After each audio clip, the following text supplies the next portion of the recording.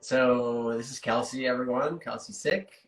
Kelsey's a PhD student at Western University with a research interest in body image and mental health, working predominantly with adolescent girls and trained in self-compassion.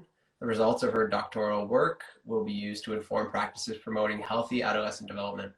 Additionally, Kelsey is co-founder of You Are Enough, where she strives to diminish stigma, create community, and provide resources to better one's mental health. Yeah, Welcome, Kelsey.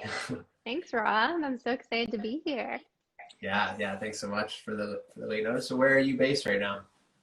I'm currently in London, so like most of Ontario, we're all in lockdown, but yeah, still in London, doing all of my schooling online right now, which is really nice that I can still continue to do that. Amazing. Well, as we wait for Mandy, I think you just need her to request to join. We Okay, will. We can maybe just get started. So, sure. yeah, the theme of this is to chat about mental health, as you know.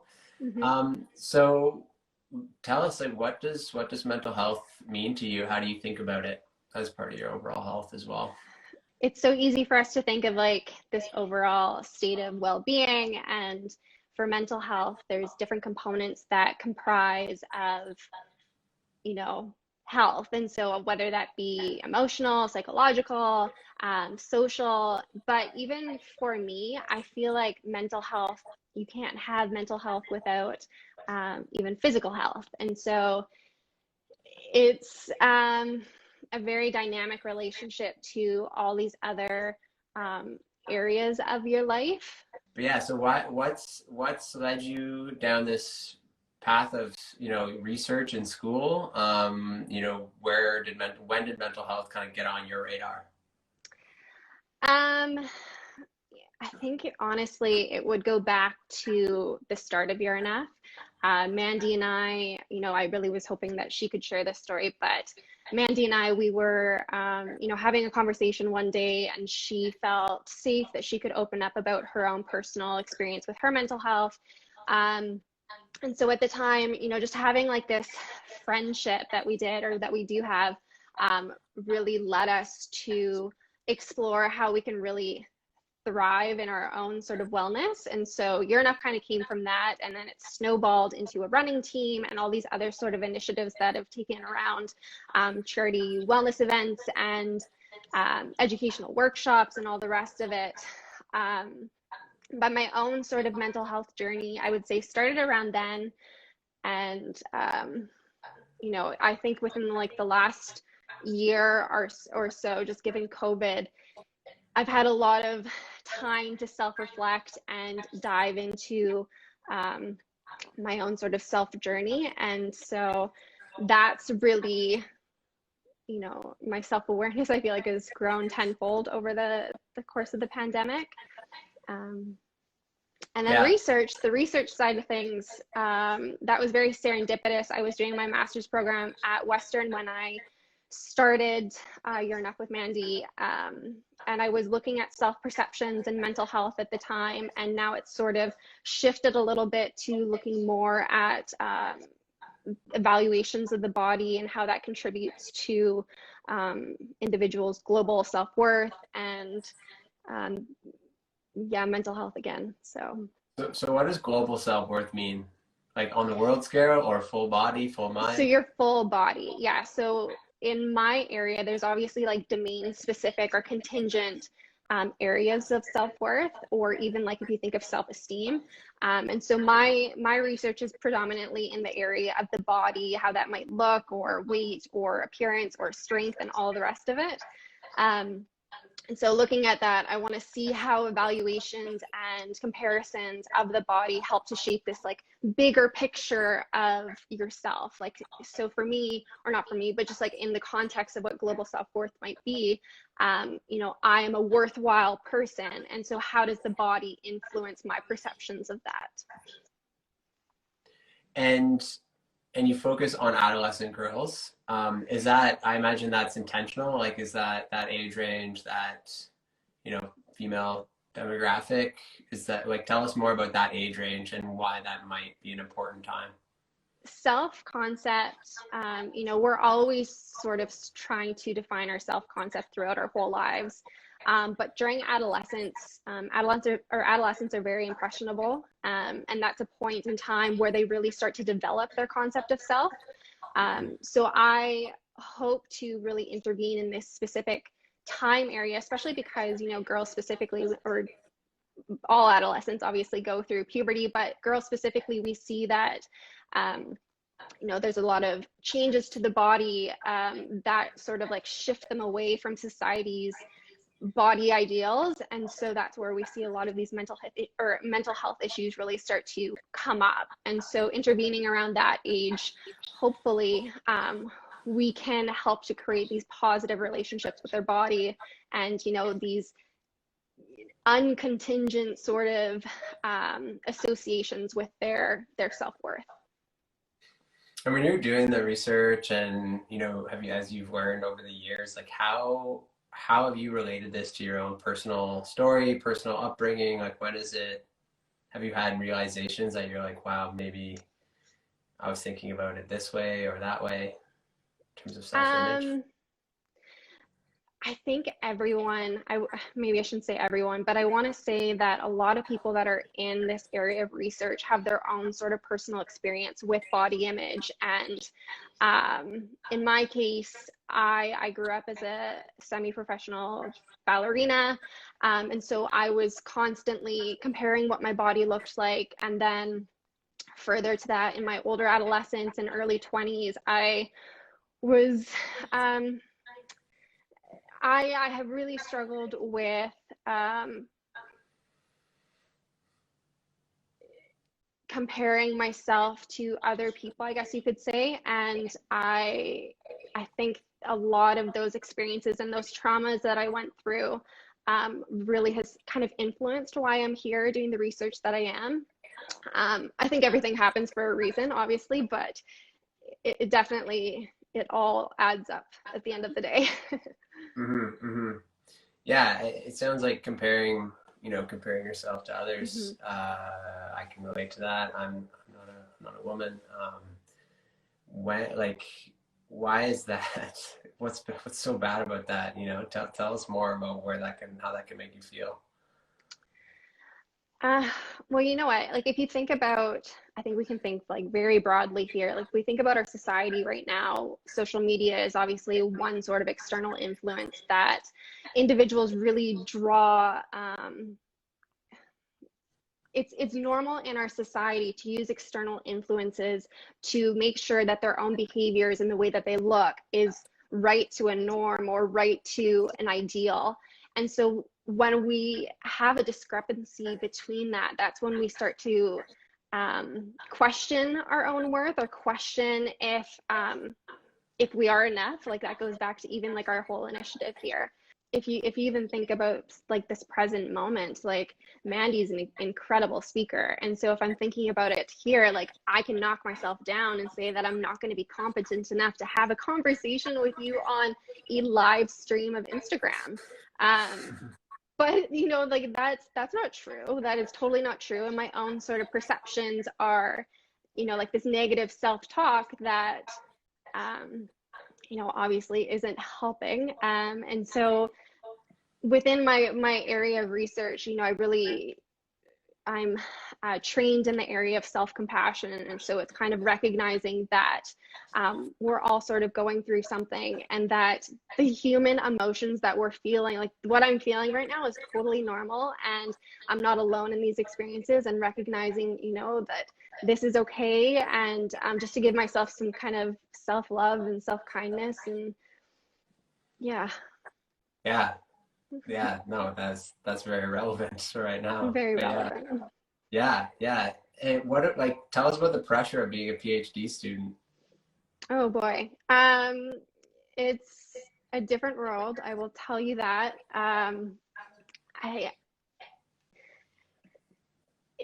I'm still trying to figure it out. Sometimes I feel that I really struggle with imposter syndrome. I feel that I'm not smart enough to be in the room full of all these academics, or when I am giving a presentation, there's so many other sort of expectations of you, I guess you could say. Like on top of my own sort of PhD work, we're also, you know, encouraged to apply for all these scholarships and write papers and like complete all your courses. And I'm currently studying for my candidacy exams right now, so that's another component that I have to complete before I can finish my PhD project. But it's nothing I've ever experienced before. I love it, I really do, but it's definitely, it takes a whole other sort of mental strength that I didn't know about. Yeah, yeah. And I imagine there's such a like the research process, there's such a long time loop as far as getting like feedback from that, right? Like in this world of instant gratification, you have to do an Yes. incredible amount of research, put a Yes. paper together. Yes. Like how long is that? So usually, I mean, in my experience, to write a paper, to have it be not even accepted, just like tentatively accepted to a journal, to go through the peer review process, and finally be published, the writing and, you know, the whole process afterwards usually takes a year to 2 years for one paper. And so a lot of the research studies that we see, you know, are usually conducted like quite a few years ago, which is always so interesting to me, because we always think like, why isn't this process faster? Why haven't we conducted XYZ studies yet? But it's a very long process to do research. Yeah, I bet. Oh my goodness. So I think Mandy's gonna try to delete her Instagram and then re-download it and see if it works. Oh, okay. Do you think, does she want to try hopping on and see if maybe I'm just like taking the spot? No. I think she's just re-downloading it. So we'll try again. But yeah, so like, what do you hope? You know, maybe we'll see if Mandy joins and we can talk about You Are Enough then. But tell us about like your hope for you know, once you are completing your schooling, or you know, what do you want to do with this kind of learning, with this kind of research, and what kind of impact do you hope to create? Good question. I think big picture, I would love for the research that I'm doing to be able to inform theory and interventions to promote positive self-development among adolescents. I hope that that's not the end of it though either. I don't know if there's any possible way to bridge You're Enough and some of the research that I'm doing. Even Mandy and I right now, we're talking about, or we're working to develop some programming or workshops for adolescent girls. And so if we can kind of merge those two worlds, I think that would be incredible. And that's obviously kind of what we're manifesting right now. I think in terms of careers after that, I'm exploring staying in academia. I would love to see what sort of academic roles I could take at a university. I don't know. I think my options are kind of like endless right now. So I think about this question a lot, but. Yeah. No, that's great. Yeah. So back to the adolescent programming. You know, is it, if you're telling, you know, in this world of like, if you're telling an adolescent girl to not look at social media and compare themselves, like, doesn't probably sound like the most effective advice, right? I mean, we have like the rise of TikTok, the rise of, you know, YouTube, still massive. My little niece, who's 6, uses YouTube to learn, you know, and so like you're basically competing with the beast of social media and the attention economy, and you're trying like, so like what do you do? That's a heavy question, but like, I know. I think that's the $1,000,000 question. I think we have to work with what we have. Like, we are in a world of technology. Oh, I'm getting a notification. I've almost reached my max on Instagram today. Hopefully that doesn't log me out. we live in a world of technology. So how can we incorporate it and use it to create positive experiences? And I think one of the biggest things is, media literacy. I don't know if you're familiar with it, but essentially this is a tool that we can teach children or adolescents about critically evaluating the images that we see online, what's real, what's not. And a lot of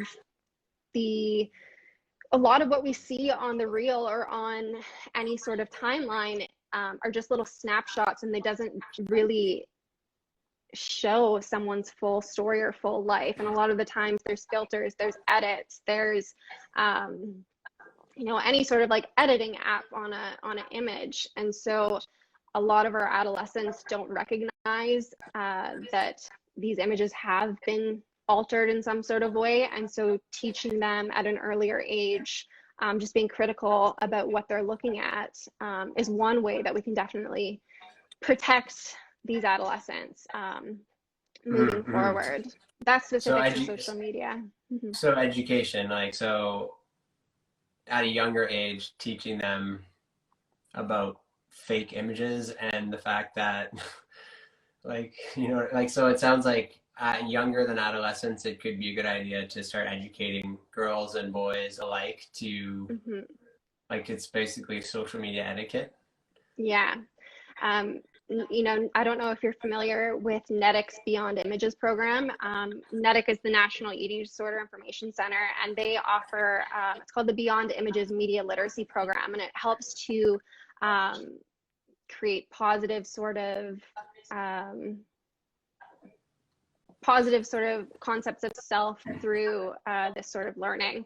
And this is done through, I think, grades 5 through 8, and teachers are able to educate their students on the media and what they're seeing, and just being able to have these strong critical tools that they can use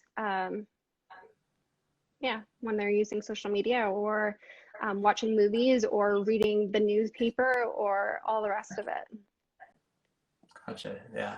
Can you explain from your perspective, and if we get Mandi on board, we can hear from hers, but tell us about the origin of You Are Enough, and maybe tell us about how it's affected people. Like, what's some of the stories that you've been able to hear, positive stories around, what sharing your stories has done to people. So I guess that's 2 questions, but what's You Are Enough? So You're Enough, it started in 2017, and we're a nonprofit sort of initiative focused on creating conversation and changing people's attitudes towards mental health and other stigmatized states. And again, this started as a conversation between Mandi and I that, she felt safe, that she could open up about her own mental health. And I was there to listen and be a support system for her. And this sort of snowballed eventually into a running team. We used You're Enough as kind of like our slogan. We recruited other individuals that were wanting to promote mental health, promote mental wellness. And so this initiative sort of has encouraged others to speak up about their own mental health. And since then, we've had about, I want to say 120 runners on our run team, which is pretty incredible. We've had, I think last year was the first year, obviously, that we couldn't do it with COVID. But from there, we've also done some charity workouts or charity sweats in support of CAMH, NEDIC, Eva's Initiative, Daily Bread Food Bank. We've raised about 200 grand doing that, which is also pretty incredible. Wow, 200,000? Yes. That's and amazing. You were a huge contribution of that. Yeah, that was fun. Yeah, it was fun. Definitely miss it. Yeah, I'm sure it'll be back. Yeah. So there's a part of You Are Enough that you have on your website. I remember you got a photographer, you basically gave people an outlet to share their stories of their mental health struggles, their mental health challenges. What kind of feedback have you gotten on that? What has that done for people? I think we started to post stories online, individual stories. You know, they would sort of write in, they would feel encouraged to share their experience with their own mental health. And this just gave them a platform in a safe way that they could speak their own truth. And we were there to be that sort of safety net for them. And obviously, every story is a way that, you know, when someone hears it and they're kind of struggling in their own sort of story, they might feel encouraged to speak out as well and find the support that they need, which is kind of like our overall goal of this. So I think we've shared quite a few stories online now. I can't remember off the top of my head how many, but they've ranged from eating disorder experiences to depression, to anxiety, to addiction. So there's like a wide range of mental health stories being shared online through our website. That's awesome. But they're beautiful stories. So and are people, is that avenue still open? Are you still accepting yes, shares? yeah, So if anyone, absolutely. so if anyone, you know, wants to share their story, they can. How do they Mm-hmm. contact you? I believe our website has a online sort of email or contact form that they can kind of fill out. They don't need to share their story essentially in the contact form, but you know, just reach out to us. We typically we love to meet with every single individual that wants to share their stories, and typically this would have been done over coffee. The whole kind of idea about this is that we want to normalize these conversations and bring them back into conversation, because a lot of the time, you know, when someone asks how you're doing, typically it's just, oh, I'm good, and that's kind of it. And we want to add to that conversation that much more. And so obviously with coffee, it's a little bit difficult given COVID, but we would still take the time to, you know, first off, listen to your story because it is worthy to hear. And yeah. That's amazing. Yeah, that sounds like such a powerful outlet. And I've read some of the stories, and yeah, I'll likely be submitting my story. So I will Oh, be you submitting my story. should. I can commit to that. Okay. Amazing. Yeah. So yeah, so it's letter R, enough.org. And Yes. we'll post that in the show notes for people. And yeah, so that's fantastic. Let's maybe I will try to add Mandy and see if it's more of a two people Yeah, versus three totally person thing. fine. Yeah. But I guess if not, we can wrap it up here for people. But if we can add Mandy, I'll add her right away. But thank you so much, Kelsey. Yeah, Thank you, we'll, Rob. It was so yeah, nice to this was see you. fantastic. I can't wait to hear about more of your research as well. Thank you. Okay, talk soon. Okay, take care. Have a good one. Mandy is an actress and the co-founder of You Are Enough, but above all, she's an enthusiast, lover of life. The power and strength she found in sharing her story and struggle through the You Are Enough community has brought a whole new meaning to her life. She's currently enrolled in the Center for Applied Neuroscience life coaching course to become a certified life coach. She has spent years and years building her self-love and self-acceptance toolbox and is ready to share her journey and learnings with the world. Yeah. So what mental health means to me, I kind of was thinking about this today, and what I always kind of come back to because mental health is like this broad subject, and I love how CAMH has kind of sloganed it. I think it kind of just defines it perfectly, that mental health is health. And you know, I think slowly we are starting to we have these big, beautiful brains kind of inside here. And for some reason or another, we've neglected them. You break a leg, you pull a muscle, you're immediately, getting physio at the chiropractor, like figuring out how you can, get better and like recover. But when it comes to the brain, we're not as quick to jump to kind of help ourselves. So I love just kind of like mental health is health. And I think, addressing that and, slowly taking these steps to help ourselves and help our beautiful brains that we have kind of up here. And I think that's kind of where even You're Enough is kind of like the root of it is just like these conversations of struggle and why we just don't talk about it and why it's not normalized. And so that's, exactly kind of what we are trying to do with You're Enough. It's like, let's, let's have a conversation. Let's be brave enough and have it in front of, people who are willing to kind of log in, and we shouldn't be scared of it. It's, why we're not scared to talk about if we get cancer, if we, break our leg, like that's, we can talk about that, no problem. But, say the word depression or struggle, and it's kind of like, I don't know. So yeah, it's mental health is health. That's amazing. Yeah. Yeah. So when did it, when did mental health come on your radar personally? How, what age, and tell us a little bit about that. Yeah, honestly, I began to kind of think about it more was honestly after Kelsey kind of touched on it, like You're Enough streamed from a conversation.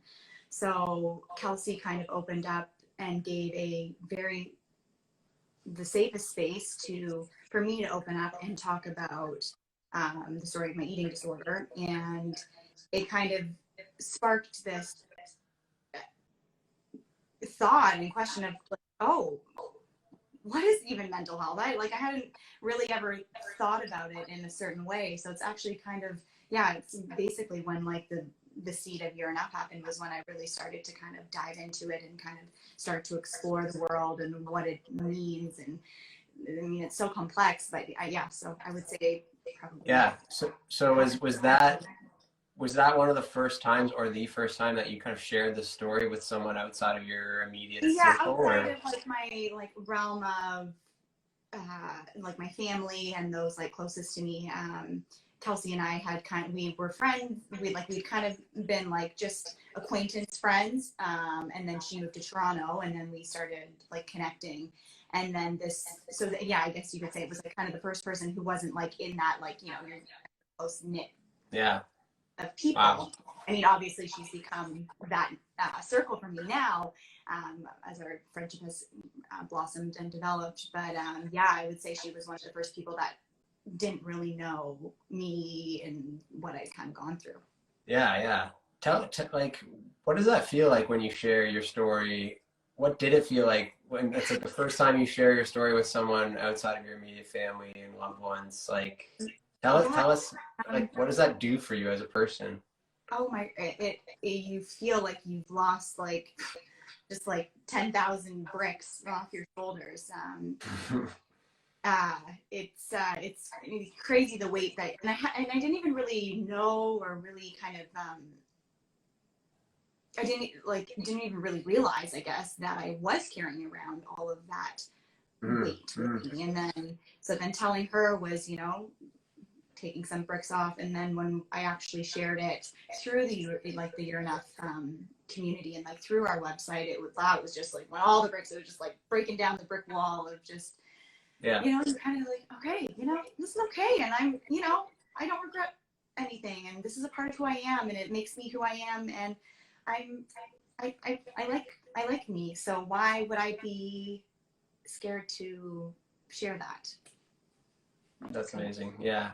Well, you mentioned the word eating disorder, like you kind of like said it deliberately. Like I imagine it's taken you, like, or it took you some time to like, like what does that word like mean to you, and like how long did it take you to like say that? I mean, like, now it doesn't hold weight like it used to, which is amazing. And I think that's, kind of, I mean, that's the whole point of this, is just to destigmatize these words, these feelings, and to have it be able to just be part of an everyday conversation, and just to be able to talk freely about how you're feeling.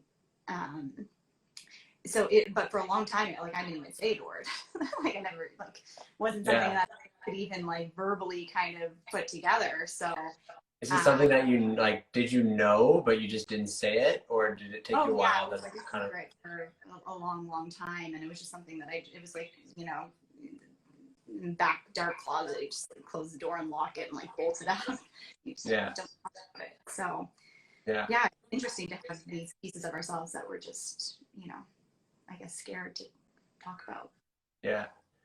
Has there been any like negative, like what's the worst thing that's happened since you shared? like nothing, there's been no negativity, which is, you know, that's a pretty powerful thing. Mm-hmm, mm-hmm. And so, like you mentioned as well that like, you love yourself, which is amazing. And like, tell us a little about that. Like, has that always been the case? No, yeah, no, definitely not. It's been a long journey, and I kind of tear up when I talk about it because, yeah, there was a chunk of time where I didn't, and you know, being able to get to a point where I can just say that I do is, oh man, it's pretty life changing. That's amazing.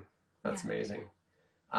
And you know, let's maybe go to like you're enough for a second. Like Yeah. Kelsey explained it. Is there anything that you'd add? Is there a perspective that you can provide as how you think about it?